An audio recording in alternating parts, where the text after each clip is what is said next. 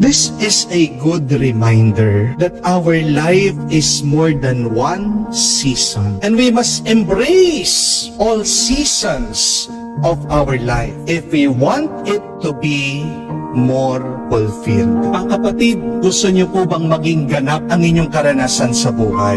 Huwag niyong itatanggi ang mga panahon ng inyong paghihirap. Kailangan natin tanggapin, yakapin at pagdaanan lahat ng panahon ng ating buhay. Kaya meron sa atin nag-aalala, nalulungkot, nadidepress, nagsasawa, sumusuko.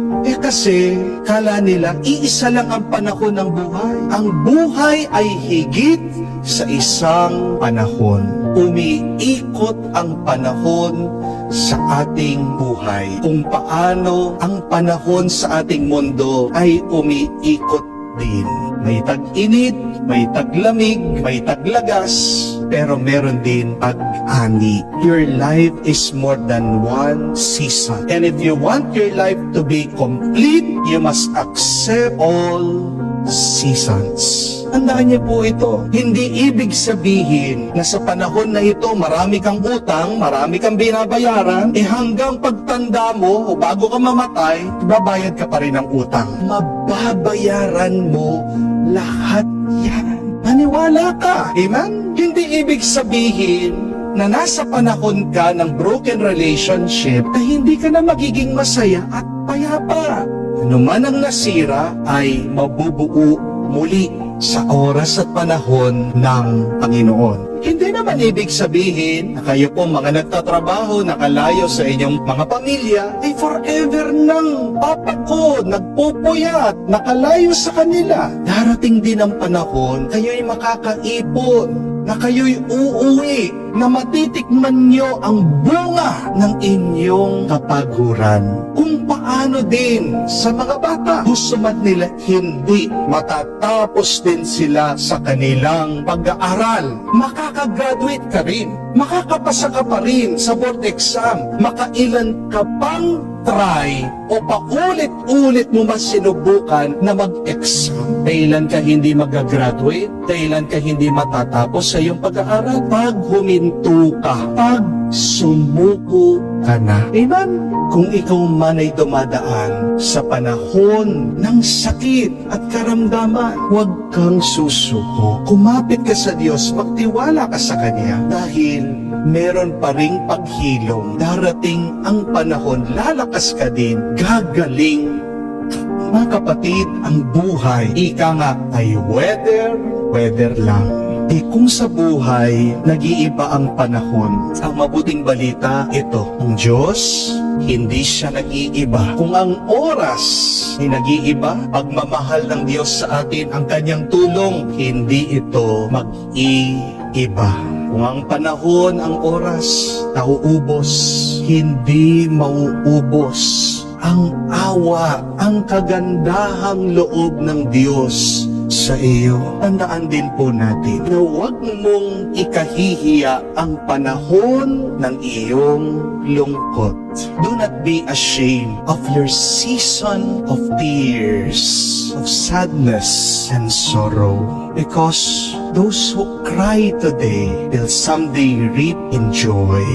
Alam niyo po, may panahon sa aking buhay, ikukumpisal ko po sa inyo, na kinahiya ko po ang aming paghihirap. Kinahiya ko po ang bata ko, na ang baon ko ay itlog lang. Papakuluin po ng aking ina yung itlog, lalagay po sa plastic yelo.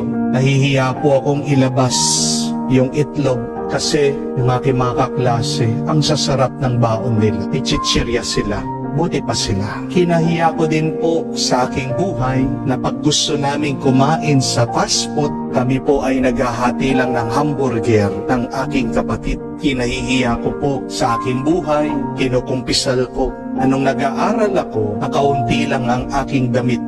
Buti pa ang aking mga kaklase, pag hindi naka-uniforme, ang gagara, ang gaganda na kanilang mga damit. Kasi kung hindi po magpapasko, hindi ako makakabili ng bagong damit. Pero alam niyo po, kailangan ko palang pagdaanan ng mga bagay na yon. Dahil yung mga panahon ng paghihirap ay panahon ng pagpapalakas sa akin. At hindi ko alam, may dahilan pala ang Diyos. Bakit kailangan ko pagdaanan ang mga panahon ng paghihirap? Opo, ang aking baon ay itlog lang. Pero at least, healthy po ito. Di po ba? Alam niyo po bang mga bata ngayon, ang dami na po may sakit, ang dami po may cancer. Anong sabi ng mga doktor? Dahil sa kinakain ng mga bata. Papasalamat po ako sa paghihirap namin. Kasi kung meron kaming pera noon, puro na lang chichirya ang aking kinakain, baka nagkasakit ako nung ako'y bata pa. Opo, hindi man kami mayaman, naghahati kami sa hamburger. Pero hindi ko makalimutan yung bonding namin bilang isang pamilya. Pagkatapos naming kumain, wala kaming pera, doon lang kami sa playground kasama namin ang aming mga magulang. Alam niyo po, kahit nakakaunti yung damit ko nung bata ako, ngayon, hindi po ko bumibili ng damit dahil ang dami pong nagbibigay. Hindi ko man po hinihingi. Ang dami ko pong white t-shirt, ang dami ko pong mga polo, dami ko pong pantalon. Tignan nyo na, hindi hinayaan ng Diyos na makaranas ako palagi ng panahon ng paghihirap. Hindi pagkatapos ng paghihirap ay may panahon ng sagana, panahon ng tuwa, panahon ng saya. Amen? Napakaganda po ng isang kasabihan. No rain, no rainbow. Pag kayo po ay nalulungkot, pag malapit na kayong sumuko, tandaan niyo po yan. No rain, no rainbow. Kung walang pag-ulan, wala kang makikitang napakagandang liwanag ang bahaghari. Magandang itanong, nasaan na ba ako sa panahon ng aking buhay? What season in my life am I experiencing now? Both good and bad comes from God. Kung kayo po ay nasa panahon ng sagana, ani, magpuri kayo at magpasalamat sa Diyos. Mag-ipon kayo. Pero naway matuto din kayong magbigay. Amen? Kung nasa panahon kayo ng taghirap, huwag naman kayo sanang aksaya. Matuto kayong magtiis. Pero manatili kayong tapat sa Diyos. Tandaan mo, numan ang iyong nararanasan, lahat ng iyan ay galing sa Diyos. May katotohanan, ang lahat ay grasya. Everything is grace. Natili ka dyan sa karanasan na yan. Pero huwag kang titigil, huwag kang susuko. Kaya sa anumang panahon ng ating buhay, may hirap man o ginhawa, lungkot o tuwa, sana hindi tayo magbago, manatili tayong tapat sa Diyos.